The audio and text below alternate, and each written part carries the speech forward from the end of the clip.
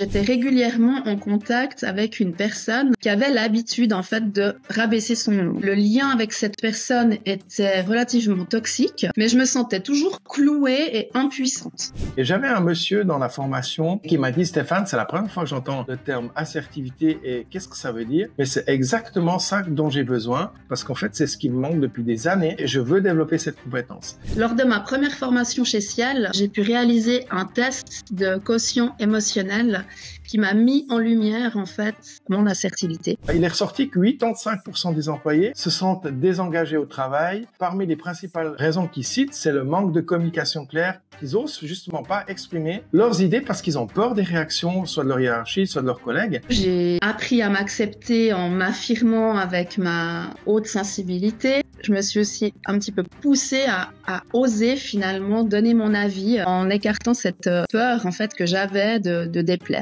L'intelligence émotionnelle, c'est pas une option de leadership moderne. Plus on la cultivera dans les entreprises, dans les organisations, tout le monde y gagnera. Un jour, cette personne s'est adressée à moi et puis clairement, ça a plus passé. Et là, vraiment, je lui ai dit « Stop, je ne suis plus d'accord que tu t'adresses à moi de cette façon-là. Jusqu'ici, tu m'as parlé comme ça, dorénavant, c'est terminé. » Et là aussi, je ressens de l'émotion en vous disant ça parce qu'au moment où je dis ça à cette personne, j'ai toujours fonctionné à me laisser dire des choses pas cool. Puis à un moment donné, je dis « Stop ». Et là, je me dis « Mais qui c'est qui a parlé à ma place, en fait ?» Et je me rends compte que j'ai osé. Salut à tous, c'est Stéphanie Arnaud et vous êtes sur Ciel, le podcast qui décode l'intelligence émotionnelle et le leadership. Aujourd'hui, on aborde un sujet qui peut changer ta vie professionnelle, ta vie privée, l'assertivité. Plus qu'une simple compétence, c'est un véritable outil de transformation. Ah oui, parce que qui n'a jamais vraiment regretté d'avoir pas osé dire quelque chose ou d'avoir peut-être été un petit peu trop direct envers un collègue. Et l'assertivité, c'est bien ça, c'est oser exprimer ses besoins un peu sur soi, tout en respectant les autres. Et pour parler de ça, on a accueilli aujourd'hui une personne qui a vraiment vécu cette transformation qu'on va vous présenter tout à l'heure. Si tu es nouveau ici, on publie et tu verras chaque mois un nouvel épisode où on partage nos connaissances et on a des invités de marque comme toi, des gens comme toi et nous qui partagent leur expérience du vécu, du terrain. Et pour ça, n'hésite pas à activer la cloche pour ne rien manquer, à nous écrire à formation@ciel-ie.com si tu souhaites partager ton expérience ou contribuer à notre communauté et être invité à nos podcasts. Pour ce voyage, on a prévu 4 étapes clés avec Géraldine, qui est notre invitée de marque aujourd'hui, qui se présentera juste après. Donc, la première étape, ce sera les fondements de l'assertivité. Déjà, comprendre ça, parce que bien souvent, les gens ne savent même pas ce que ça veut dire assertivité, parce qu'ils n'ont peut-être même pas entendu le terme. Le parcours de Géraldine, comment elle a vécu ça, qu'est-ce qui l'a transformé, des outils pratiques pour que tu puisses aussi, toi, mettre ça en pratique et les impacts concrets sur la vie professionnelle. Voilà les 4 étapes qu'on te propose aujourd'hui. Écoute, merci Stéphane, je pense qu'on a un joli programme qui nous attend. Et on a surtout Géraldine qui est avec nous aujourd'hui pour parler d'assertivité. Géraldine, c'est une ancienne participante à nos formations. Et selon elle, elle a complètement transformé sa vie grâce à l'assertivité de manière générale. Alors, Géraldine, je te propose que tu te présentes en quelques mots à notre auditoire, sans besoin d'aller trop dans les détails parce qu'on va pouvoir faire connaissance tout au long de ce podcast et peut-être nous dire aussi quelle était ta prise de conscience avec la thématique de l'assertivité. Bonjour à tous. Tout d'abord, merci à toi Stéphane, à toi Arnaud de m'inviter pour parler de ce thème qui a été effectivement un déclic de transformation pour moi. Donc, voilà, je m'appelle Géraldine. J'ai toujours attaché beaucoup d'importance aux relations humaines, que ce soit dans mon privé, dans mon professionnel, au thème de l'intelligence émotionnelle également. Lors de ma première formation chez Ciel, le pouvoir de l'intelligence émotionnelle, j'ai pu réaliser un test de quotient émotionnel qui m'a mis en lumière en fait mon assertivité. Et en fait, ça m'a directement fait un lien avec une personne que je côtoyais dans un milieu associatif. Voilà, je vous en dirai un petit peu plus plus tard. Merci beaucoup déjà pour cette présentation. Et puis, laisse-moi partager ou laissez-moi partager quelques données puisque Géraldine l'a dit, hein, elle a vécu l'assertivité, je dirais, avec un grand A de assertivité. Et elle nous partagera évidemment un peu plus tard son vécu, comment ça l'a transformé. Mais l'assertivité, je vous fais juste une anecdote intéressante. J'anime des séminaires sur le thème des personnalités difficiles. Et j'avais un monsieur dans la formation qui avait à peu près mon âge, donc passé la cinquantaine quand même, et qui m'a dit, Stéphane, c'est la première fois que j'entends le terme assertivité et qu'est-ce que ça veut dire? Mais c'est exactement ça dont j'ai besoin parce qu'en fait, c'est ce qui me manque depuis des années et je veux développer cette compétence. Parce que le terme assertivité, c'est pas un terme qu'on utilise dans toutes les phrases autour d'un café, etc. Et en même temps, c'est une compétence clé qui fait partie de l'intelligence émotionnelle. On a 15 compétences qui dans l'intelligence émotionnelle.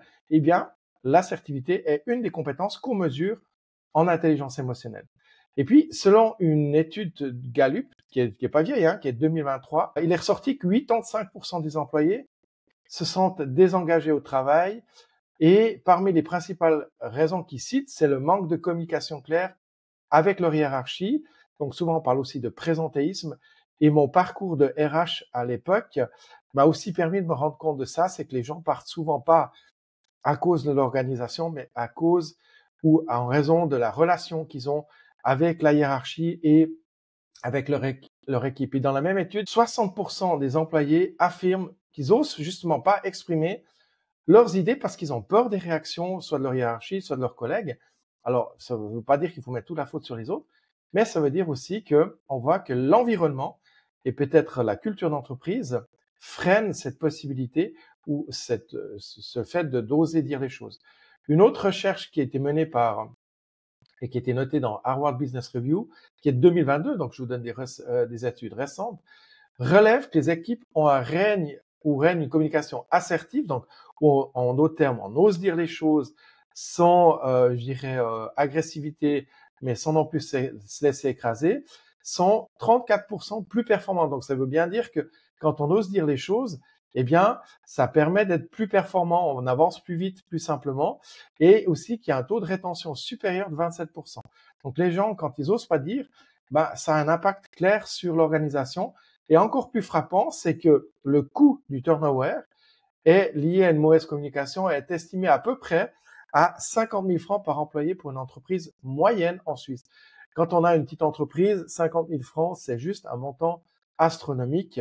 C'est très important et ça peut mettre vraiment en péril même une organisation. Alors, je sais pas, Géraldine, si ça te parle ces chiffres, mais en tout cas, moi, je les trouve vraiment impressionnants. Puis, tu vois, au-delà de tout ce qui est statistique, c'est une vraie réalité de terrain et quotidienne. On en parlera par la suite. Moi, j'avais lu une étude de Vital Smart qui expliquait que 95% des employés ont du mal dans leur organisation, dans leur entreprise, à soulever des sujets délicats, s'il y a des projets ou des choses qui sont en train de se mettre en place puis qui sont peut-être en désaccord, d'infirmer ou d'affirmer certains points de vue. Et ça peut coûter aussi en moyenne à une entreprise ou dans certains projets d'aller jusqu'à 7 000, 7 500 francs par projet, le fait de ne pas oser exprimer les choses. Donc, je trouve qu'on voit aussi par le biais de certains chiffres que c'est vraiment réel, c'est quelque chose de terrain. Donc, je pense qu'on pourra après en parler avec toi un peu plus en détail. Ouais, merci Arnaud. Et juste pour terminer un peu sur l'aspect chiffré, parce que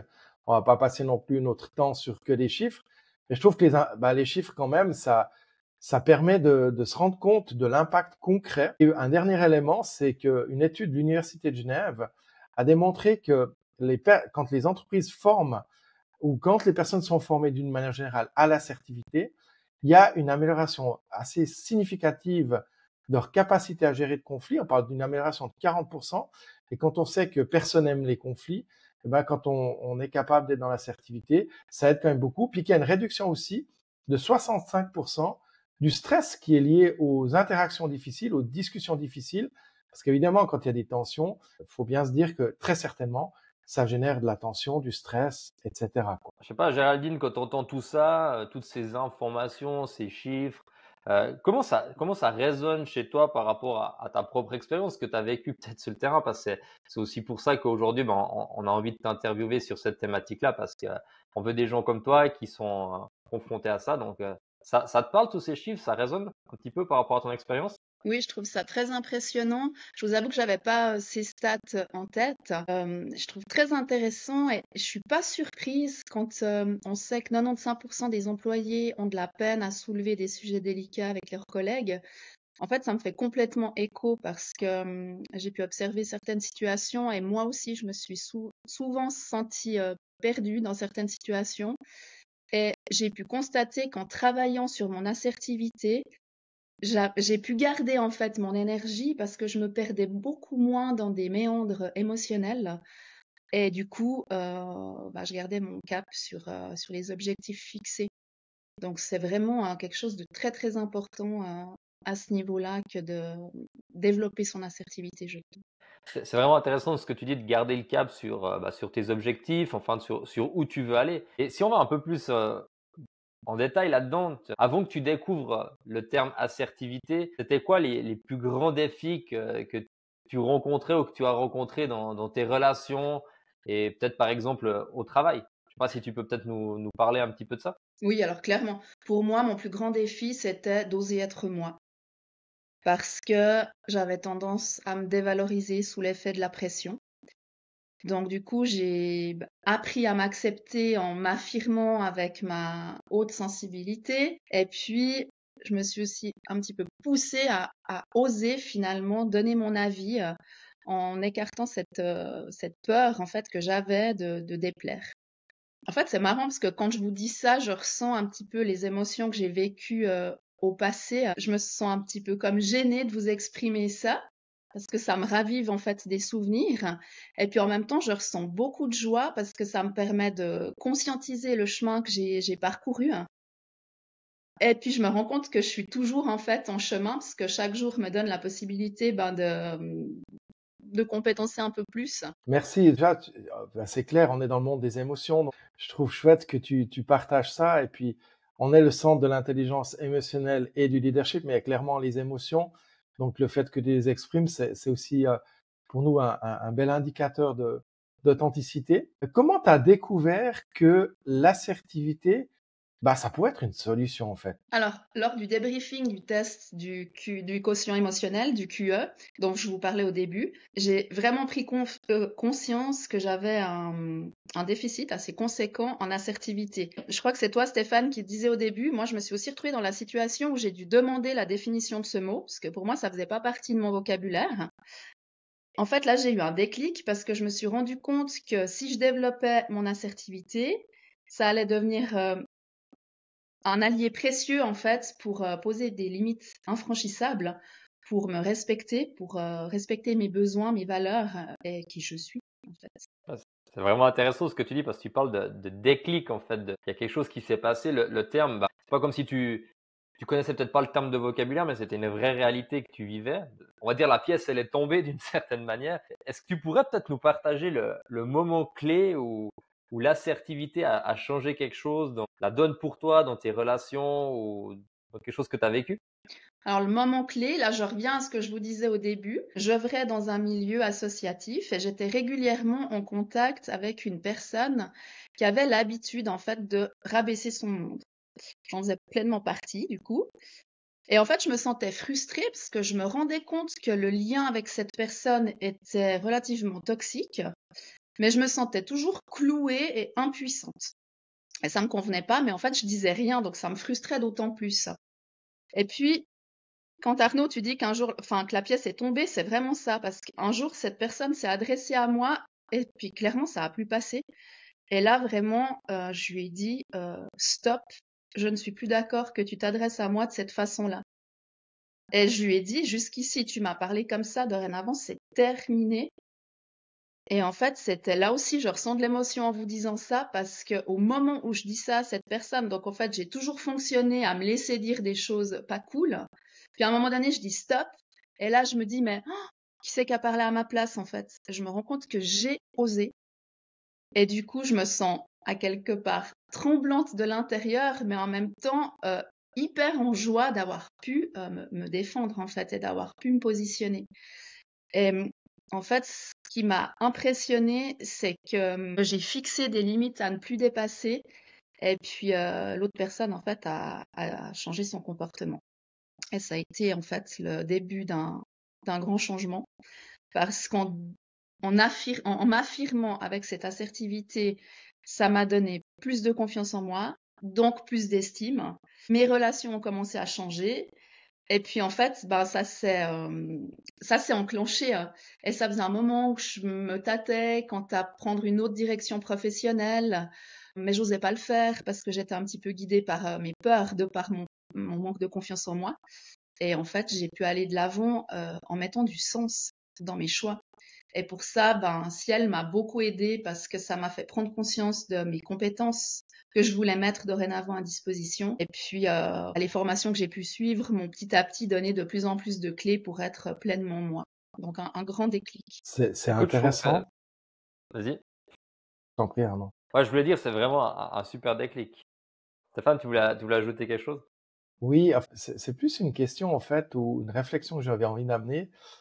Tu dis à un moment donné, tu sais, la première fois où tu as dit stop à la personne, tu as eu un mélange de ressentis hein, entre différents ressentis positifs et peut-être un peu plus inquiétants. Souvent, on me dit, je sais pas pour toi comment c'était, tu sais, à partir du moment où on ose s'affirmer, qu'on ose dire les choses, il y a une forme de culpabilité en disant, oh mon Dieu, qu'est-ce que je viens de faire, quoi. Est-ce que toi, tu as vécu ça aussi ou pas du tout? Oui, pleinement.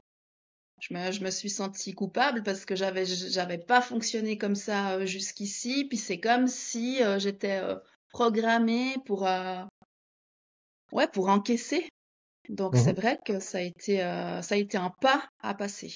C'est intéressant parce que c'est aussi ce que beaucoup de gens partagent avec dans les différents séminaires. C'est cette notion de il y a un changement d'attitude globale, c'est-à-dire que ça surprend aussi l'autre. Hein, souvent, à partir du moment où on change de comportement, on commence à se positionner, à s'affirmer, on ose dire les choses, ça surprend, des fois ça choque même hein, les gens en face de nous parce qu'ils n'ont pas l'habitude. Et donc, à partir du moment où on change de manière de fonctionner, évidemment, ça déstabilise aussi la personne en face de nous ou les personnes parce qu'ils n'ont pas l'habitude. Ça veut dire qu'ils doivent aussi, eux, recomprendre, je dirais, la situation, la réintégrer. Et puis, souvent, il y a, est-ce que c'est juste le coup de gueule du moment ou est-ce que la personne est vraiment en train de changer?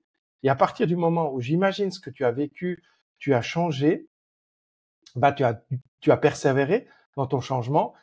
La question, c'est quel a été l'impact sur tes relations en général? L'impact sur mes relations en général, ça a été d'arriver à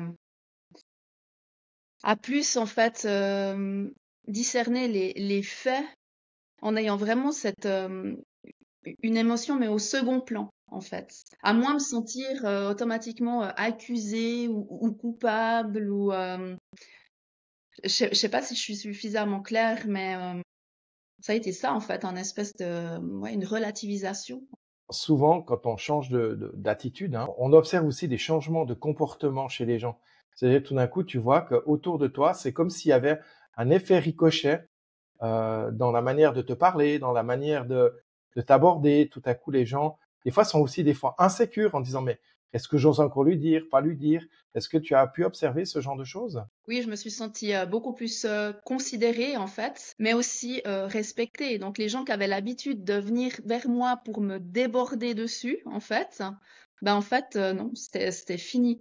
Parce que j'arrivais plus à me positionner en leur demandant concrètement, par exemple, ces gens, mais qu'est-ce qu'ils attendaient de moi?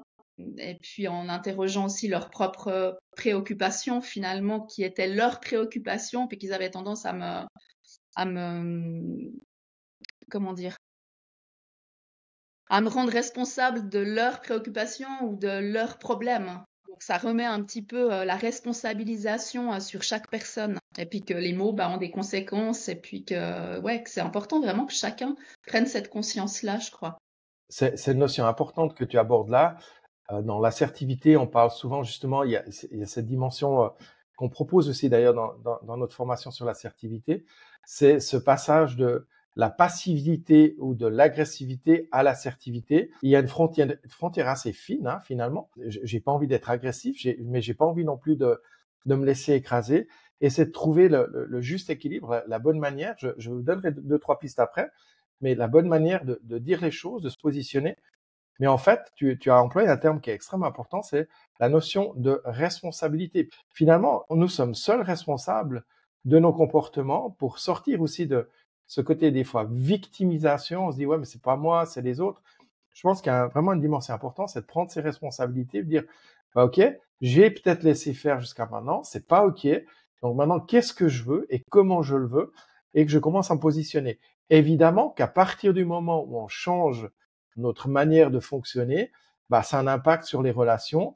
Et puis, bien sûr qu'il faut prendre ça en considération parce que ça touche l'environnement, ça touche la relation, ça touche les émotions. C'est pas neutre, quoi. Et quelque part, je pense clairement que tu as vécu ça aussi. Ces changements de paradigme ont eu une incidence dans l'immédiat, mais aussi dans le moyen et dans le long terme. J'imagine, mais tu me diras si je me trompe, c'est que tu reviendrais pas en arrière. Tu recommencerais pas les mêmes schémas de fonctionnement aujourd'hui que tu as vécu à ce moment-là. Ah bah non, je reviendrai pas en arrière. Je me suis même dit, mais j'aurais dû dire stop plus vite, en fait. Euh, En fait, ce que j'ai trouvé vraiment incroyable, c'est qu'il a fallu que je me positionne une fois pour que tout change. Et ça, c'est vraiment encourageant, hein. Parce que souvent, je me disais, ouais, faudrait que je dise quelque chose, faudrait que je réagisse, mais de toute façon, est-ce que ça changera vraiment? Est-ce que ça vaudra la peine? Cette personne est comme ça, et puis on change pas les gens. Mais en fait, non, clairement, ça a tout changé. Parce qu'on change pas les gens, mais finalement, nous, on peut se positionner, en fait, accepter ou ne plus accepter, en fait, choisir, hein. Et ça, c'est vraiment, ouais, ça a vraiment été un cadeau. Et à tous ceux qui nous écoutent, l'assertivité, c'est vraiment un point hyper, hyper important. On dit souvent, hein, si tu veux changer ton monde extérieur, tu dois changer ton monde intérieur d'une certaine manière. Donc le changement, il commence chez toi. Et en agissant de cette manière, d'une certaine manière, tu es sorti de ta zone de confort parce que c'était pas dans tes habitudes de prendre position, de t'affirmer, de dire ce que tu ressentais et de positionner tes besoins. Bah, ça t'a servi. Et ça, je pense que c'est le plus beau dans le message que tu nous transmets aujourd'hui, c'est d'en tirer des bénéfices tous les jours. Moi, j'ai une petite question par rapport aux autres, parce que là, on a parlé de toi, mais est-ce que tu as eu des réactions ou des résistances vis-à-vis des personnes euh, avec lesquelles tu as été peut-être plus assertive, ou tu as plus affirmé, ou tu as dit stop à certaines choses? Est-ce qu'il y a eu des résistances? Est-ce que les gens ont peut-être réagi d'une manière vraiment différente? Qu'est-ce que tu as pu constater par rapport à ça? Alors, j'ai un peu l'impression, je pense à une personne avec qui j'étais assertive, j'ai pu vraiment avoir une discussion avec cette personne. Et ce que j'ai compris, c'est que elle avait vraiment pris euh, contre elle mon assertivité, parce qu'à un moment donné, elle m'a dit, mais j'ai l'impression que tu remets en question qui je suis. Et puis moi, ça m'a vraiment choquée, parce que j'essaye vraiment de faire attention à comment je m'adresse aux gens. Je pense avoir quand même beaucoup d'empathie, et jamais je me permettrais de reprocher à quelqu'un d'être qui il est, en fait. Et puis là, j'ai juste insisté sur le fait que non, j'étais en fait personne pour remettre en question qui cette personne était, mais que par contre, je remettais en question la façon dont cette personne avait de s'adresser à moi. Donc oui, j'ai l'impression que ça a été une sorte de résistance, en fait, pour ces personnes, mais qu'en même temps, ça les a peut-être aussi aidés à prendre conscience de l'inconscient. Parce que je pense pas que de base c'était ah, tiens, je vais faire du mal à Géraldine, j'ai décidé de lui parler comme ça. C'est plus une façon d'être. Et puis finalement, dans les façons d'être, et puis dans le quotidien, et puis on se connaît, alors du coup on met peut-être moins les formes, et puis on a tendance à passer des espèces de frontières qui font partie en fait du respect. Puis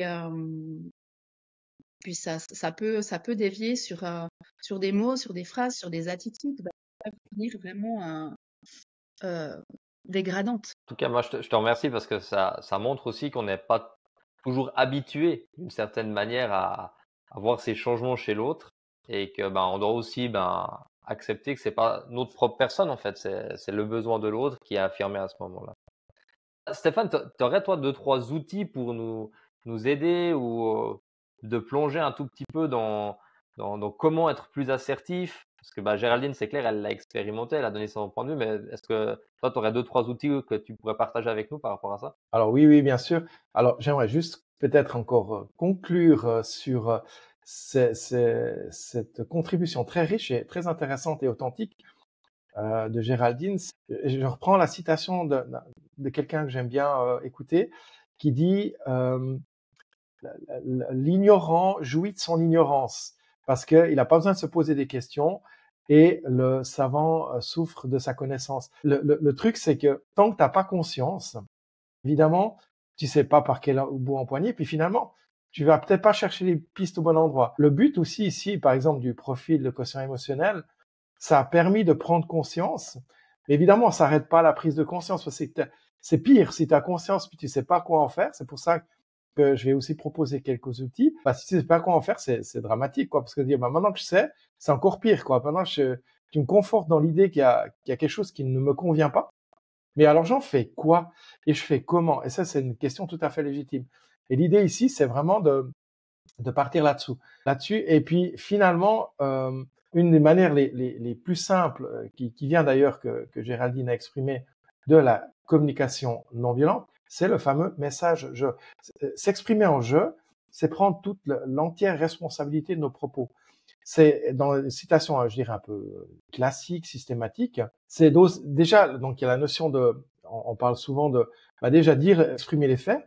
Ensuite, c'est d'exprimer nos émotions. Je donnerai un exemple. Quels sont les besoins derrière? Vous verrez que souvent, quand on se pose la question de, finalement, c'est quoi mon besoin? C'est pas si simple que ça. C'est une vraie question de fond. Et dans les exercices qu'on fait aussi des fois dans les séminaires, on voit que réfléchir à notre besoin profond, c'est finalement quoi mon besoin? Ça va pas toujours de soi. Et des fois, ça nécessite du temps de réflexion. Puis aussi de faire une demande claire. Par exemple, si je donne un exemple, imaginons qu'on est dans une séance de travail et puis que tu fais une présentation et puis que quelqu'un intervient pendant ta présentation pour te couper la parole, etc. Tu pourrais lui dire quelque chose comme, quand tu interviens pendant que je présente, moi, ça me déstabilise, ça me frustre, puis j'aurais juste besoin de pouvoir terminer mon explication. Et ce que je te propose, ça serait la demande, c'est que tu notes les questions, moi je le fais souvent en séminaire d'ailleurs, que tu peux poser à la fin de la séance si j'y ai pas déjà répondu. Quel est l'avantage de, par exemple, cette demande? C'est que la personne, souvent, on va poser la question tout simplement parce qu'elle a peur d'oublier. Donc, le simple fait de pouvoir noter, ça lui permet de poser les choses et aussi d'être peut-être dans une écoute de meilleure qualité. Ça, c'est typiquement le langage. Alors, on peut l'appliquer dans plein de domaines. Et ça, c'est un exemple, je dirais, peut-être le plus simple et en même temps, le gros challenge, c'est de dire, je parle de moi et non pas l'erreur à faire, c'est ouais, tu m'interromps tout le temps, tu me frustres, tu ne me respectes pas, laisse-moi terminer. Enfin, si tu parles comme ça, c'est mort, quoi. À un moment donné, c'est le tu qui tue, quoi. Voilà un exemple très très simple d'outil et qui marche extrêmement bien. Toi, Géraldine, tu as déjà utilisé ce message en jeu dans ta communication et tu as peut-être pu faire une expérience. Tu aurais envie de nous partager quelque chose par rapport à ça? Oui, quand je me suis justement positionnée face à cette personne, j'ai parlé en je. Je ne suis plus d'accord que tu t'adresses à moi de cette façon. Ça a été vraiment c'est comme ça en fait que j'ai réagi. Et puis après, j'ai demandé à ce que justement j'ai nommé mon besoin en demandant à ce qu'on puisse échanger avec du respect. Et puis du coup, il y a eu plus je dis pas qu'on est devenus potes, mais disons que les échanges sont beaucoup plus respectueux parce qu'ils sont factuels. Donc du coup, tous les sous-entendus, les interprétations, c'est mis de côté et puis c'est beaucoup plus suivi et concis. Donc oui. Ouais, et puis c'est intéressant parce que finalement aussi, on peut parler par exemple, de dire quelque chose comme « je ne te permets pas ». Moi, je vois ça dans la gestion des personnalités difficiles. Souvent, on a peur de dire « mais non, je te permets pas de me parler sur ce ton, c'est ce que tu as clairement vécu et que tu as fait ». Et je trouve que c'est extrêmement important là, encore une fois, je prends ma part de responsabilité. Je te permets pas, je ne t'autorise pas à me parler sur ce ton, sur cette manière-là, etc. Ça permet aussi de marquer la limite parce que souvent, si nous, on met pas la limite, la personne, elle n'est pas censée la deviner parce qu'on n'a pas tous le même seuil d'acceptation, de tolérance. Donc, ça aussi à nous de nous positionner puis de dire, Là, tu as atteint la limite, je te permets pas d'aller plus loin. Tu vois, tout ce qu'on partage là, c'est hyper intéressant. Ça me fait penser à un deuxième outil aussi avec l'assertivité qui, Stéphane, t'en as parlé au tout début quand tu présentais le message en jeu. Géraldine, t'en as aussi sous-entendu d'écouter en fait la personne qui est ton vis-à-vis. Et pour moi, l'écoute active est vraiment aussi un outil hyper puissant pour faire preuve d'assertivité parce que c'est pas simplement entendre ce que ton vis-à-vis il est en train de te dire, c'est vraiment d'écouter et de comprendre ce qu'il essaye de te transmettre. Et pour pratiquer l'écoute active, ben, il y a plusieurs manières. Tu peux reformuler. On le voit aussi dans nos formations hein, quand on parle de l'écoute active. Donc, on pourrait par exemple, si je comprends bien, tu es préoccupé par telle ou telle situation. Si par exemple, il y a quelqu'un dans un projet qui est un peu stressé. Donc, en fait, de reformuler les choses ben, permet de remettre des mots et puis le vis-à-vis va se sentir vraiment écouté. Donc ça permet aussi après qu'il puisse exprimer ses besoins et toi aussi d'une certaine manière. Après, on pourrait poser des questions. On l'avait vu, si tu te rappelles bien aussi dans le cadre de la formation, de poser des questions ouvertes, de pouvoir questionner qu'est-ce qui te paraît problématique dans ce projet-là ou dans cette situation-là, qu'est-ce qui te stresse. Ça permet à l'autre aussi de pouvoir développer et puis pas d'avoir quelque chose de fermé et d'une certaine manière, t'exprimes aussi ton assertivité avec ça. Et puis, on pourrait aussi valider les émotions. Dans le sens, on a parlé d'empathie. Je sais pas si tu te rappelles les deux types d'empathie qu'on avait vus dans la formation Le pouvoir de l'intelligence émotionnelle que tu as mentionné au début de podcast. Si on peut parler des émotions, c'est si je comprends bien, cette situation, elle te stresse un petit peu, qu'est-ce que je peux faire pour t'aider? Donc, en fin de compte, tu vas parler des émotions et ça va peut-être permettre aussi à ton vis-à-vis, d'une certaine manière, de faire preuve d'assertivité. Tu vas l'aider. Si tu fais preuve d'écoute active, tu vas aussi l'aider de pouvoir s'exprimer, d'exprimer les besoins tout en étant respectueux l'un de l'autre. Donc ça, c'est aussi un outil, je pense, qui est assez puissant dans ce domaine-là. Je pense que tu en penses, toi, Stéphane, par rapport à tout ça. C'est vrai que les outils qu'on vous propose là, c'est rien de nouveau. Hein. On n'est pas en train de réinventer quelque part la roue. On voit ces outils dans de nombreux livres. Vous trouverez pas mal aussi de tutos là-dessus, etc. Mais en fait, l'écoute active, c'est une question d'attitude. Alors, on écoute pour comprendre et non pas pour répondre. Et c'est pour ça que le jeu est tellement important. Il faut refaire le lien avec ce que je disais tout à l'heure. Parce que quand tu pars dans le tu, l'autre ne t'écoute plus pour comprendre, mais elle va t'écouter pour répondre. Et effectivement, l'écoute active, c'est une question d'attitude. C'est aussi une volonté. Et parfois, on n'est pas disponible. Et je pense que c'est aussi important de le signaler. Voilà, juste pour compléter ce que tu as dit. Donc, l'écoute active, c'est vraiment une disponibilité et une volonté à vouloir comprendre ce que l'autre essaie de nous dire ou de ce qu'elle vit. Et, si on veut, on peut aussi parler de la gestion des situations difficiles. Et là, il y a par exemple une technique qui est connue aussi, ça s'appelle la technique du disque rayé. Ça, c'est surtout quand on a des gens qui essayent peut-être par insistance d'obtenir des choses de nous ou de nous refuser quelque chose. C'est vraiment l'idée c'est un peu comme les petits enfants, c'est je te redis, je te redis, je te redis, je te redis. Alors évidemment, c'est pas de dire chaque fois les choses avec les mêmes mots, mais c'est de dire les mêmes choses avec les mêmes sens. Voilà. Par exemple, on pourrait imaginer que tu veuilles négocier ton salaire. Qui n'a pas envie de négocier son salaire? Et puis tu vas voir ta ou ton responsable, et puis là elle te dit c'est pas le bon moment pour une augmentation. Alors tu pourrais lui répondre ouais, je comprends, mais tu as demandé de prendre plus de responsabilités, ma charge de travail a augmenté. OK. Le budget maintenant il est serré actuellement. Donc tu vois que la personne elle argumente aussi de son côté, ce qui est compréhensible. Ah, tu peux répondre par exemple, je comprends qu'il y a des contraintes budgétaires, et mes responsabilités ont augmenté, ma charge de travail a augmenté. En quelque part, le truc, c'est de pas lâcher. Alors, ça peut paraître pénible par moment, et puis pour certaines personnes, ça l'est. Simplement, c'est que j'ai décidé d'aller au bout de mon truc et je vais pas lâcher. Alors, il faut le faire avec parcimonie. Évidemment, si tu le fais avec tout le monde, tout le temps, tu vas probablement te rendre détestable et on va faire un grand contour quand on te verra, on t'évitera. Donc, c'est vraiment quand j'ai besoin d'être entendu, d'être respecté, que je peux utiliser ce disque rayé. Alors, ça, c'est peut-être quelque chose que j'utiliserai en deuxième ou troisième recours, mais pas de prime abord. J'essaierai quand même d'employer d'autres techniques, par exemple. Une autre technique aussi, c'est ce qu'on appelle la technique du brouillard. C'est face à une critique qui peut être, je dirais, sur le fond assez correcte. Simplement, elle est mal formulée. Par exemple, quelqu'un te dit, Toi, là, on est dans le tu. Mettons que tu remettes un rapport à ta hiérarchie, puis là, ton responsable te dit, ouais, ton rapport, il est beaucoup trop long. OK. Ce qui est peut-être vrai. Alors, ce que tu pourrais répondre, c'est, t'as peut-être raison, il pourrait être plus concis. Et je m'arrête là. Le truc, c'est que, après, on pourrait poser des questions, hein, mais qu'est-ce qu'il faudrait enlever, etc. Ce que je veux dire par là, c'est une critique non constructive, elle nous permet pas d'avancer. Donc, tout dépend si tu as envie d'aller plus loin, et là, tu peux aussi aller dans la reformulation, ou si tu n'as pas envie d'aller plus loin pour une raison X, Y, parce que c'est un collègue qui dit, ouais, bah, toi, de toute façon, tes rapports sont toujours trop longs, bah, tu as peut-être raison, peut-être qu'ils pourraient être plus concis, et je m'arrête là. Le truc, c'est vraiment s'arrêter là. Alors, vous voyez que c'est pas des solutions universelles qui s'appliquent en tout cas, mais qui peuvent être des pistes de comment je peux me positionner dans certains cas de figure. Alors, on les aborde aussi hein, dans nos différentes formations. Et le but ici, c'est que ce qu'on voyait tout à l'heure, ce qui est intéressant, c'est que dans le cadre aussi de notre communauté, on a un groupe WhatsApp, etc. Tu peux poser des questions, la communauté peut se positionner, elle te répond, tout ça avec respect, avec bienveillance.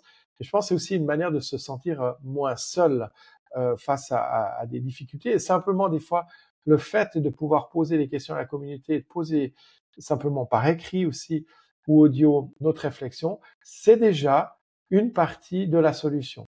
Voilà quelques éléments que je peux donner. Et puis le dernier peut-être, c'est le truc du temps mort, c'est de dire bah écoute là, je sens qu'émotionnellement ça va pas la faire. Là, je pense à David qui est un de nos membres de la communauté qui disait bah que il avait demandé 10 minutes pour sortir et puis il a dit j'ai un truc urgent, je reviens dans 10 minutes. En fait, il sentait que l'émotion, que la colère montait et puis qu'il aurait probablement dit des choses qui auraient été non souhaitables et de prendre 10 minutes pour se calmer. Alors, la vraie colère, il faudrait plus, il faudrait 30 minutes à peu près. Mais voilà, c'est vraiment peut-être de savoir s'arrêter quand on sent que les émotions vont prendre le dessus et que ça va déborder. Voilà quelques pistes et il y en a plein d'autres, mais je dirais les plus simples à mettre en pratique. Écoute, ben, merci Stéphane. Franchement, là, on a déjà quand même pas mal d'outils, de petites pistes à travailler, à mettre en pratique dans ce qu'on vient de partager avec vous. Toi, Géraldine, tu vois, on vient de parler de tous ces outils. De ton côté, tu aurais quelque chose, un truc à nous donner, une astuce, un outil que tu utilises, une technique qui fonctionne pour toi et qui t'a peut-être aidé dans ton quotidien? Il y en aurait plein, en fait, c'est tellement intéressant tout ce qui s'est dit là. Moi, suite à l'assertivité, bah, j'ai suivi la formation au cœur des émotions, puis ça a été une belle suite parce que ça m'a permis ben, de comprendre mes émotions, de mettre des noms dessus, d'avoir aussi des techniques pour les réguler, et puis d'oser en fait faire le pas de les exprimer. Donc ça a été énorme. Je trouve l'écoute active dont vous parliez, c'est quelque chose d'incroyable parce que on se dit ouais mais l'écoute c'est facile, mais en fait non c'est pas si simple que ça que d'écouter l'autre sans intervenir.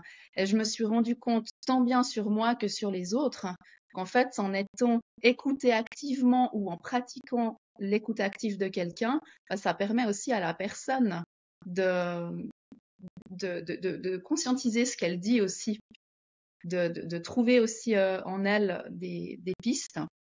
Donc ça, c'est quelque chose que je trouve vraiment très précieux. Et puis après, par rapport à l'exemple du collègue, je crois que Stéphane, tu disais un collègue qui dit ton rapport est beaucoup trop long. Bah, j'ai aussi appris à, justement, alors avant j'aurais été tout à fait du style à dire ah oui, t'as raison. Je sais pas pourquoi on a tendance à avoir cette façon de réagir en donnant raison à l'autre, en fait, et puis en renonçant à soi. En fait, depuis, pour moi, il m'en faut plus, quoi, parce que trop long, ça veut dire quoi? Donc, du coup, qu'est-ce que tu attendais de moi? Qu'est-ce que tu proposes? Puis aussi, ne pas hésiter à mettre l'autre dans le questionnement, hein, parce que finalement, je me rends compte que les gens qui veulent casser pour pour faire du mal, en fait, par ego ou pour se sentir supérieur, et ben finalement, il suffit un petit peu de les questionner, de leur renvoyer la balle et puis c'est vide, il n'y a plus rien. Donc, je trouve assez intéressant de pratiquer l'écoute active, le questionnement. Après, la formation au cœur des émotions m'a aussi donné plein d'outils, plein de techniques, dont la technique de relativisation aussi, qui m'a beaucoup aidée, des techniques de respiration pour ne pas réagir sous le coup d'une émotion directement, mais prendre le temps de quelques respirations, se recentrer un peu pour laisser passer l'action de type je sors mon gourdin et puis j'attaque. Et, et voilà, en fait, ça m'a permis, toutes ces techniques, tous ces outils m'ont permis vraiment d'accueillir, d'accepter aussi mes émotions pour les vivre au mieux, et puis pas les faire subir à d'autres. Merci beaucoup pour ce partage. J'ai rien d'autre à dire parce que tu as dit tellement de choses qui étaient belles, donc c'est vraiment super. Merci bien. Ouais, merci beaucoup, Géraldine. Tu nous as fait un super teaser pour nos formations. C'est vrai que quelque part, on arrive un peu au terme de ce podcast et vous avez pu entendre plein de choses, plein d'éléments, des expériences riches que Géraldine a partagées aussi. Donc, on voit que c'est authentique et si vous êtes intéressé, évidemment, vous êtes les bienvenus aussi à venir partager ou en tout cas nous contacter pour nous proposer finalement une thématique ou quelque chose qui vous tient à cœur de votre expérience en tant qu'humain, tout simplement, ou en tant que leader ou responsable. Vous pouvez, bien sûr, on peut aller beaucoup plus loin. Alors ici, le but du podcast, c'était pas celui-là, mais on vous propose aussi, vous pourrez découvrir d'ici peu notre tout nouveau site internet qui va vous présenter aussi l'ensemble de notre palette de prestations, donc nos formations. Géraldine a parlé du pouvoir de l'intelligence émotionnelle, où on fait un test de quotient émotionnel. Elle a parlé du cœur des émotions. Il y a la formation Observe, il y a la formation sur l'assertivité et aussi des prestations en termes de coaching, d'accompagnement que nous te proposons. Alors, l'intelligence émotionnelle, pour arriver un peu à la conclusion maintenant de ce podcast, c'est pas une option de leadership moderne. Je dirais c'est vraiment quelque chose d'indispensable. Plus on la cultivera, et vous avez vu les chiffres, plus on la cultivera dans les entreprises, dans les organisations, et je pense tout le monde y gagnera. Géraldine, elle a partagé avec nous comment elle a transformé une situation difficile en quelque chose de beaucoup plus satisfaisant et surtout, le plus important, elle sait respecter elle-même. Et je pense que ça, c'est assez fondamental, c'est d'apprendre à être aligné avec nous et nous respecter. C'est super ce que tu dis, Stéphane, et c'est très juste. Et les trois éléments en fait qu'on peut mettre en conclusion de ce podcast. D'une part, l'assertivité, c'est une compétence qui s'apprend parce que Gerline, tu nous l'as démontré par de nombreux exemples. Il y a eu un déclic, il y a eu une prise de conscience, mais après, tu as entraîné ça et de plus en plus, tu es à l'aise avec ça. Donc, c'est quelque chose que tu peux apprendre. Elle transforme réellement les relations en tant personnel que professionnel. Tu nous as parlé d'un défi, d'oser peut-être changer de travail, d'oser dire les choses différemment à tes collègues. Donc, ça change tout. Ça change les relations, ça change peut-être aussi la perception qu'on peut avoir de toi dans le cadre professionnel comme personnel. Tout ça, pour moi, ça permet surtout d'être en accord avec soi-même parce qu'on exprime ses besoins, on exprime ce qu'on a envie et surtout, on se respecte et on respecte les autres. Donc, pour moi, c'est les trois éléments clés de l'assertivité qu'on a pu thématiser aujourd'hui et je te remercie vraiment d'avoir partagé plein de choses avec nous. Ouais, merci beaucoup aussi. Merci Arnaud pour cette contribution. Surtout à toi, merci Géraldine d'avoir accepté de témoigner, de donner ton témoignage inspirant. Je pense que beaucoup de gens pourront se reconnaître dans ton vécu. Je pense qu'il est intéressant parce que finalement, je pense que beaucoup de gens finalement sont dans ce type de situation. Dans notre prochain épisode, on parlera finalement d'un thème qui est intéressant, c'est la gestion des équipes multiculturelles avec Fredo. Et si vous souhaitez aussi partager votre expérience, je l'ai déjà dit précédemment, vous pouvez écrire à formation@ciel-ie.com. Vous trouverez cette adresse mail en commentaire et vous pouvez sans autre nous écrire et on vous répondra très volontiers. Et puis pour tous ceux qui veulent aller plus loin, vous l'avez bien entendu, Gerline, elle a teasé vraiment toutes nos formations, donc c'est vraiment cool. Il y en a d'autres qui sont encore disponibles. Vous avez qu'à aller sur notre site internet. Comme l'a aussi annoncé Stéphane, il est tout prochainement tout neuf, donc www.ciel-ie.com et vous trouverez plein d'informations sur tout ce qu'on peut vous proposer, que ce soit des coachings, des formations, des séminaires en entreprise. On est à disposition pour vous accompagner. Alors Géraldine, je ne sais pas si tu as un dernier mot pour notre public, pour notre auditoire d'aujourd'hui. Je crois encore tellement à dire. Mais le dernier mot, franchement, si j'ai un conseil à donner à tous ceux qui nous écoutent, c'est de faire ce test de quotient émotionnel. Vraiment, j'insiste parce que pour moi, ça a été le déclic, mais aussi, et ça, j'en ai pas parlé, ça a été un choc. Parce que franchement, quand j'ai vu les résultats, eh ben, c'était vachement en dessous de mes attentes.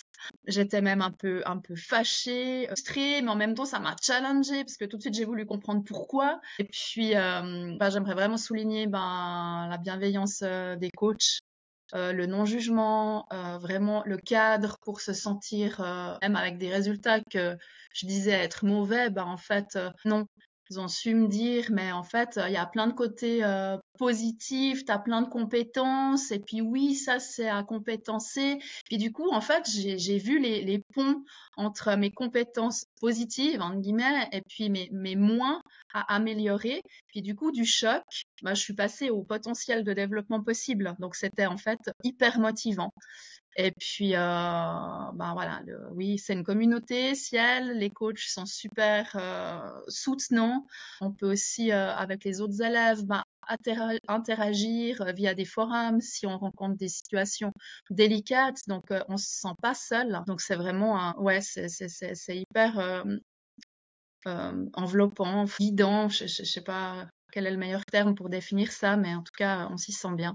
Et ouais, n'hésitez pas à demander des infos à l'adresse que Stéphane a citée. Si vous voulez aussi avoir plus d'infos sur mon parcours, vous pouvez demander au coach mes coordonnées sans problème. Puis, dernier mot, n'hésitez plus, faites le pas d'investir en vous-même, quoi. C'est super important. L'assertivité comme le développement personnel, je trouve que dès qu'on l'a acquis, même si c'est jamais acquis, mais je veux dire, dès qu'on a passé ce step, du coup, c'est une étape qui est franchie et on peut pas ringoler et puis ne plus en avoir, quoi. On avance toujours. Donc ça, c'est aussi quelque chose de motivant. Puis merci encore à toi Stéphane, à toi Arnaud, de m'avoir invité pour ce thème que je trouve vraiment passionnant. Merci beaucoup, Géraldine. Merci beaucoup. Donc, n'oubliez pas de vous abonner et de partager vos réflexions en commentaire. On prendra le temps de les lire, de vous répondre, poser des questions. Et j'ai envie de dire, ensemble, c'est intéressant aussi de construire, je dirais, un environnement plus humain. Ça fait peut-être un peu bateau, mais c'est tellement important de mettre de l'émotion dans l'univers des entreprises. Et il y a tellement d'études qui montrent à quel point c'est un bénéfice, même économique, sans aucun doute, dans les entreprises de cultiver ce côté émotionnel, qui est pas du tout une notion de faiblesse, mais vraiment une vraie force, une vraie capacité. Ça demande beaucoup de courage aussi de parler de ses émotions dans un univers professionnel. Si cet épisode vous a parlé, je vous propose, pensez-y, likez, partagez, vous en ferez profiter à d'autres. Ça va peut-être donner des inspirations à d'autres personnes, l'envie aussi d'aller plus loin. Ça va peut-être encourager d'autres personnes. C'est un vrai cadeau que vous allez certainement leur faire. Et puis, vous pouvez retrouver toutes nos ressources dans la description. Notre prochain épisode dans une quinzaine de jours où on parlera effectivement de la conduite d'équipe multiculturelle avec Fredo qui partagera aussi son expérience dans cet univers multiculturel. Merci beaucoup de nous avoir suivis et à bientôt.